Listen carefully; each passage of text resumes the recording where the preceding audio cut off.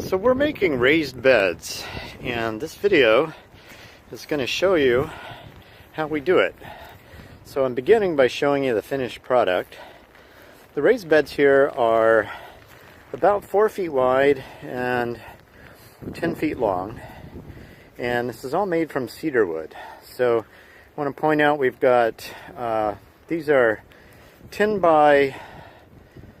foot by 10 inch wide pieces of lumber, and then 4 by 4 posts, and we have some aluminum stock which is providing extra stress support on the side, and then on the bottom we have hardware cloth which has been stapled to the other side.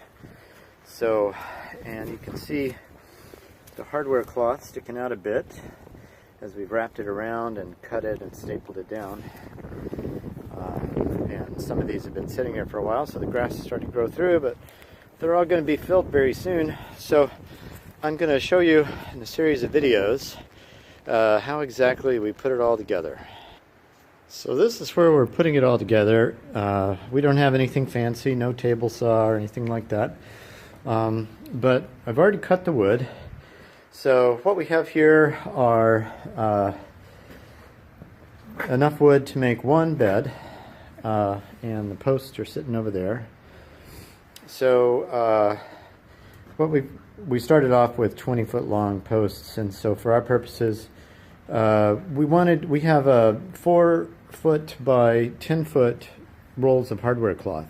So that kind of determined our dimensions. We wanted the beds to be exactly long enough that one roll of hardware cloth would be able to be stapled onto the bottoms and have enough room to staple. So that meant that these edges here are actually 46 inches wide, not 4 feet, because the hardware cloth needs to go across and stretch out a bit beyond.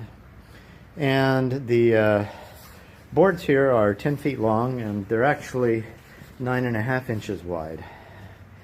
And so the very first thing we're going to do is take 2 of these boards and stretch them out on our sawhorses here, and we're going to attach 2 4x4s underneath at either end. So once we have that set up, then I'll show you what that looks like.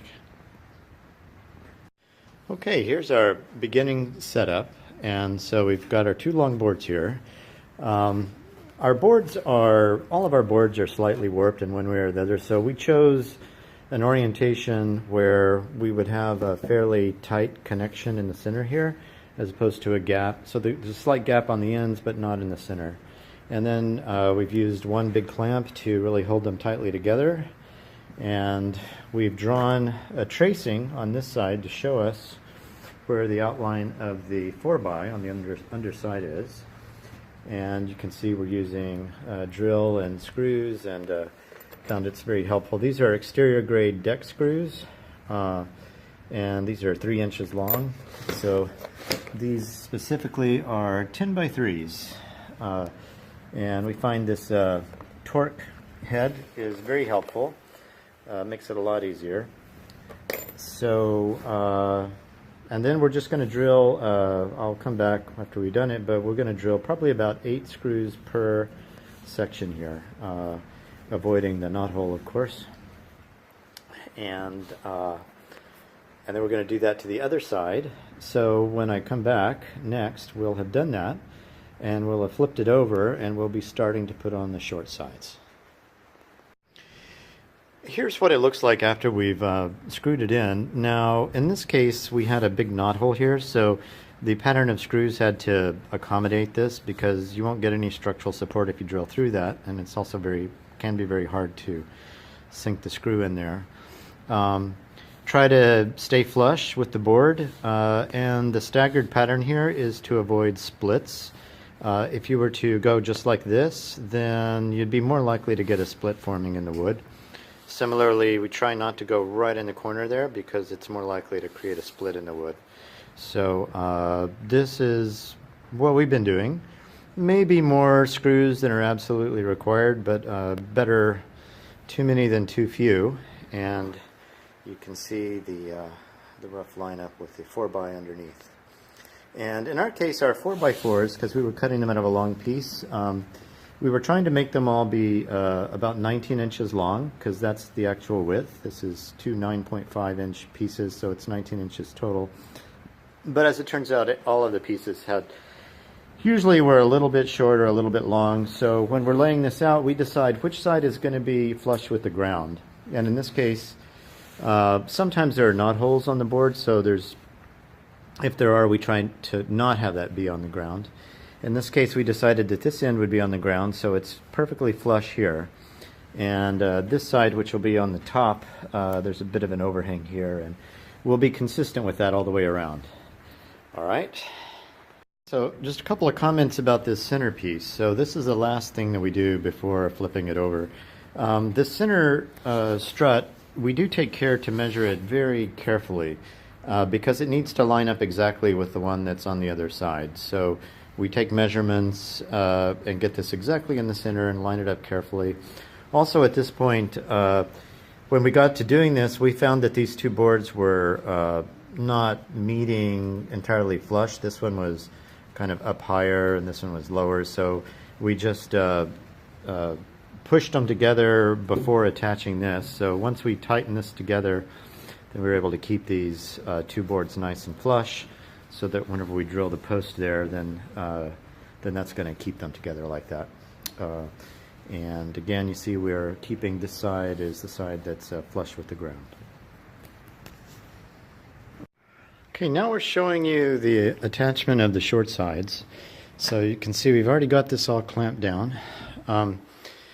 We do use a level to check and see that it's not grossly off, because we're not using a table saw, so our cuts are not completely flat. So at this point it is useful to level it.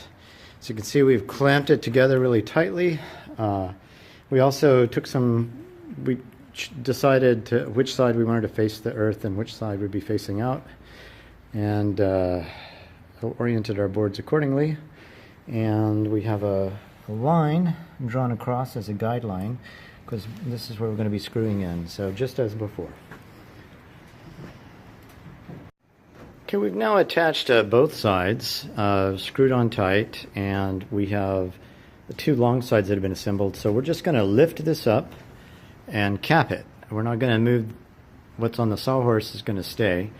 We're just going to lift that up and cap it, and then continue. All right, so now we're ready to attach the metal struts. So this is just aluminum stock, which we had cut to our specification. We wanted them exactly 45 inches long. The total width is 46 inches, so that left us a ½ inch at the top and at the bottom, and then used a metal drill bit to drill holes, as you see here. And then we're going to use these flathead machine screws.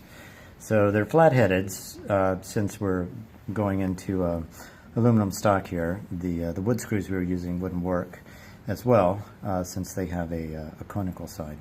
So but because we're using these machine screws, we're going to need to drill holes here. We haven't been drilling holes for any of the rest of it, because we've been using these wood screws with a torque head, which bites into the wood just fine without drilling.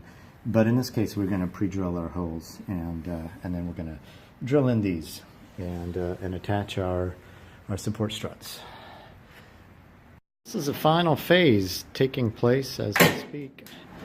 We're now stapling hardware cloth, which by means of our construction is exactly the right length to fit the bed.